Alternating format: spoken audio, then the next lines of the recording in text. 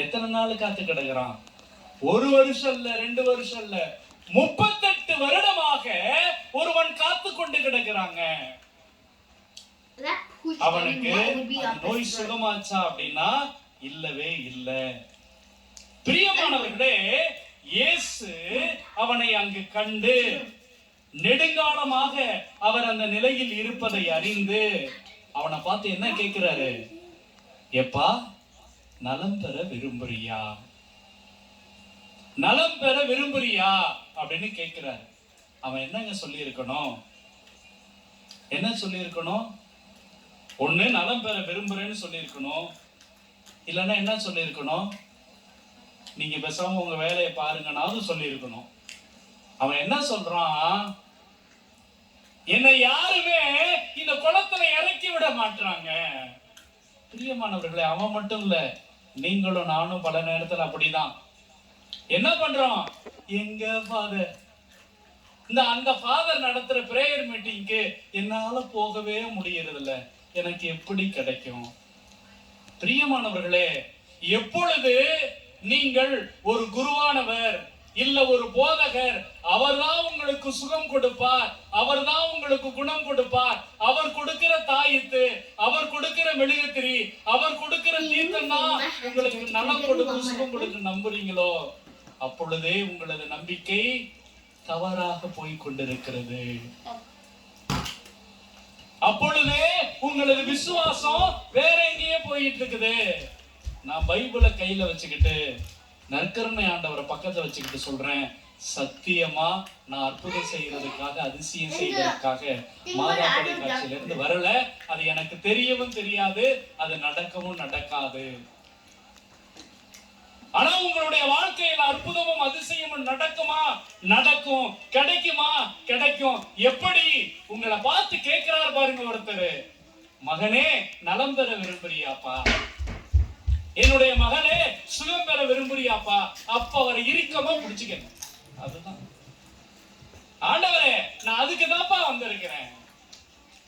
ஆண்டவரே, நான் அதுக்கு தானே வந்திருக்கிறேன். எனக்கு நலம் கொடுங்கள், சுகம் கொடுங்கள், வரம் கொடுங்கள், என் கண்ணீரை மாத்துங்க, என் கவலையை மாத்துங்க, என் பிரச்சனையை தீருங்க அப்படின்னு எங்களை விட்டுருங்க, அவரை பிடிச்சுக்கோங்க. பிரியமானவர்களே, நமக்கு தெரியும் அங்கே அவன் நலம் பெறுகிறான், சுகம் பெறுகிறான். உன் படுக்கை தூக்கி கொண்டு போகும் பாரு, அவன் போயிருவான். அதுக்கப்புறம் என்ன பண்ணுவாரு? ஒரு நாள் அவன் கோயில்ல அப்படி சுத்திக்கிட்டு இருக்கிறான். அப்போ ஒருத்தன் கூப்பிட்டு கேட்கிறான், டேய் இங்க வா, நீ அந்த குளத்துக்கு பக்கத்துல படுத்து கிடந்தவன் தானே, அந்த குளத்துல கூட இறங்க முடியாம கஷ்டப்பட்டவன் தானே, இப்ப இப்படி இங்கிட்டு இங்கிட்டு ஓடிட்டு ஓடியாந்துட்டு இருக்கிறியே, எப்படிடா நீ குணமான? உன்னை யாரு குணமாக்குனா? பிரியமானவர்களே, அவனுக்கு தெரியல, என்னை யாரு குணமாக்குனான்னு தெரியல அப்படின்னு பதில் சொல்றான். அப்பொழுது இயேசு அவனை மறுமுறை சந்திக்கிறார். சந்திச்சுட்டு அவனை பார்த்து ஒரு வார்த்தை சொல்லுவார். என்ன சொல்லுவாரு?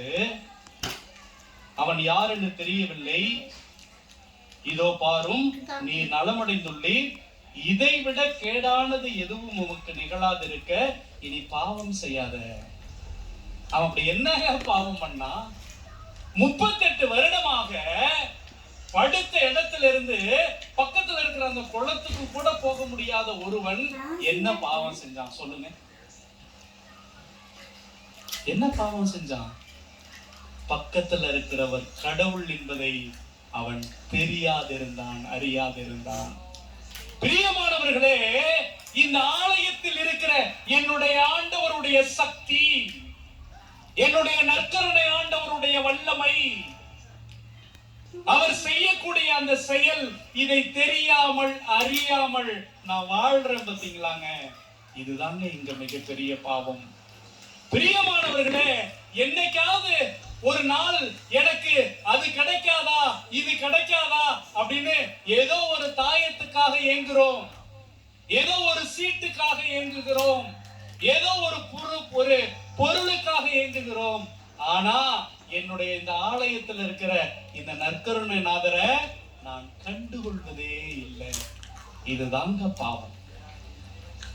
பிரியமானவர்களே, நான் சொல்றேங்க, நான் தவறா சொல்லல. நான் மாலை போட்டுக்கிட்டு இங்க இருந்து ஏதாவது ஒரு திருத்தலத்துக்கு போய் வேண்டிக்கிட்டாதான் எனக்கு நடக்கும், எனக்கு கிடைக்கும் அப்படின்னு நீங்க நினைச்சீங்க அப்படின்னா அது மூட நம்பிக்கை. என்னுடைய நற்கருணை ஆண்டவர் என்னுடைய பங்கு தளத்துல, இந்த வலதுரைமான் பங்குல இருக்கிற இந்த ஆலயத்துல என்னுடைய பங்கு சாமியார் மற்ற அருத்தந்தையர் நடத்துற திருப்பலியில நற்கருணை ஆண்டவர் வருகிறார். அவர் என்ன பார்த்து நீ நலம் பெற விரும்புறியான்னு கேட்கிற பொழுது நான் என்ன பண்றேன்? கொட்டாய விடுறேன். எப்படிங்க கிடைக்கும்? இங்க உட்காந்துக்கிட்டு பக்கத்து வீட்டுக்காரி இருக்கா பாரு, இந்த பக்கத்து வீட்டுக்காரன் இருக்கான் பாரு, இத பத்தி யோசிச்சுக்கிட்டு இருந்தீங்கன்னா எப்படிங்க கிடைக்கும்? பிரியமானவர்களே, அப்போ நான் இங்கே செய்கிற பாவம் எனக்கு அருகாமையில் இருக்கிற என்னுடைய கடவுளை, என்னுடைய ஆண்டவரை நான் அறியாமல் இருப்பதுதான். Praise the Lord. Praise the Lord. பிரியமானவர்களே,